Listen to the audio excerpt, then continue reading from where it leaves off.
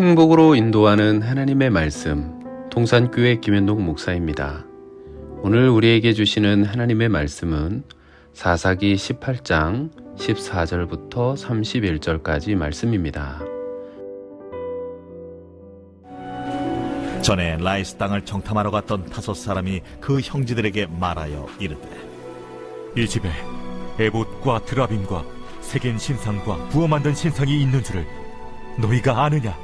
그런즉 이제 너희는 마땅히 행할 것을 생각하라.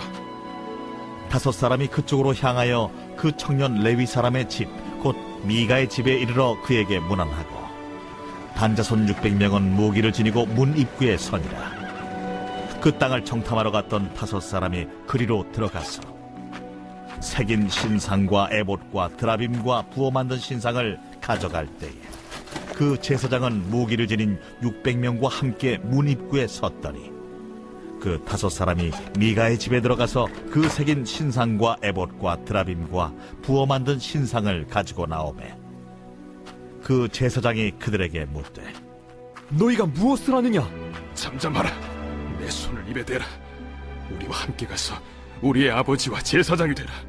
내가 한 사람의 집에 제사장이 되는 것과 이스라엘의 한 지파 한 족속의 제사장이 되는 것 중에서 어느 것이 낫겠느냐? 그 제사장이 마음에 기뻐하여 에봇과 드라빔과 색인 우상을 받아가지고 그 백성 가운데로 들어가니라. 그들이 돌이켜서 어린아이들과 가축과 값진 물건들을 앞세우고 길을 떠나더니, 그들이 미가의 집을 멀리 떠난 때에 미가의 이웃집 사람들이 모여서 단자손을 따라 붙어서 단자손을 부르는지라. 그들이 얼굴을 돌려 미가에게 이르되, 내가 무슨 일로 이같이 모아가지고 왔느냐? 내가 만든 신들과 제사장을 빼앗아 갔으니 이제 내게 오히려 남은 것이 무엇이냐? 너희가 어찌하여 나더러 무슨 일이냐고 하느냐?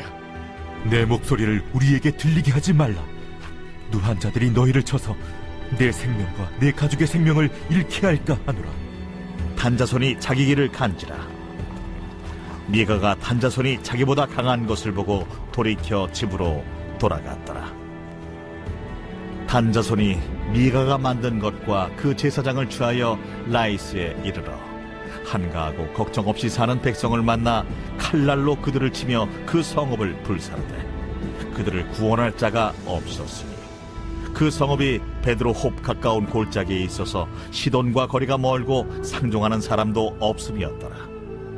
단자손이 성읍을 세우고 거기 거주하면서 이스라엘에게서 태어난 그들의 조상 단의 이름을 따라 그 성읍을 단이라 하니라.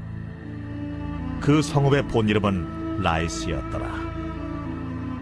단자손이 자기들을 위하여 그 색인 신성을 세웠고, 모세의 손자요 게르솜의 아들인 요나단과 그의 자손은 단지파의 제사장이 되어 그 땅 백성이 사로잡히는 날까지 이르렀더라. 하나님의 집이 실로에 있을 동안에 미가가 만든 바 색인 신상이 단 자손에게 있었더라.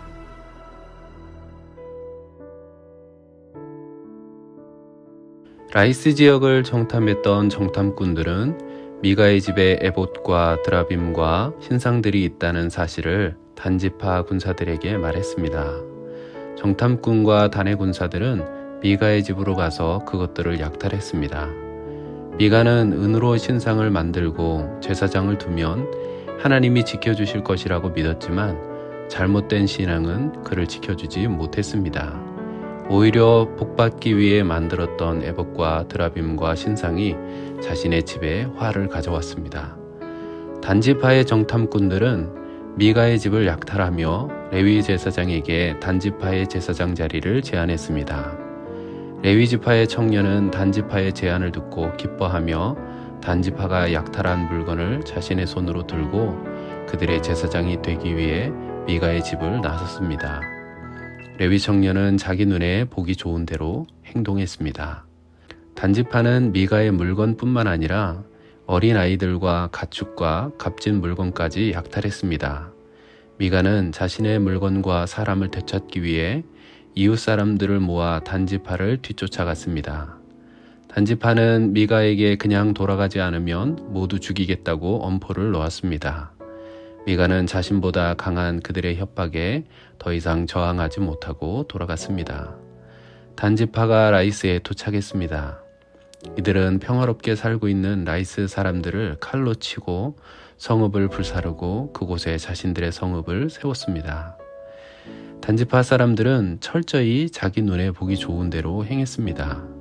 하나님이 주신 기업을 차지하는 것이 어렵다고 생각했기에 그들은 하나님의 명령을 버리는 데 주저하지 않았습니다. 또한 다른 사람의 것을 강제로 빼앗는 일도 전혀 주저하지 않았습니다. 신상을 중심으로 서로 뺏고 빼앗기는 이 모습은 하나님을 떠난 인생의 모습을 그대로 보여줍니다. 단지파의 이런 행동 속에는 하나님의 율법이나 말씀은 찾아볼 수 없습니다. 법이나 질서, 윤리나 최소한의 양심도 찾아볼 수 없는 무질서와 폭력이 가득한 모습입니다. 힘있는 자가 마음대로 하는 양육강식의 논리만 있을 뿐입니다. 이런 모든 모습을 사사기는 자기 소견에 옳은 대로 행했다고 말합니다. 성도는 하나님의 부르심을 받은 자로 하나님이 명령하신 곳에서 사명을 감당해야 합니다. 하나님의 말씀을 잃어버리고 자기 소견에 옳은 대로 행한다면 하나님의 뜻과 상관없는, 더 나아가 하나님의 뜻에 반대되는 삶으로 변질되게 됩니다. 우리의 믿음과 신앙이 세상 가치에 변질되지 않도록 우리의 눈과 마음을 예수님께 고정하며 삶의 기준을 말씀에 맞추며 살아가는 거룩한 삶이 되시기를 예수님의 이름으로 축원합니다. 기도하겠습니다. 하나님, 나의 삶이 주님의 말씀을 따라 살아가도록 나의 눈과 마음이 주님을 향하게 하여 주옵소서. 늘 주님의 사랑 안에 거하기를 소원하며 예수님의 이름으로 기도합니다. 아멘.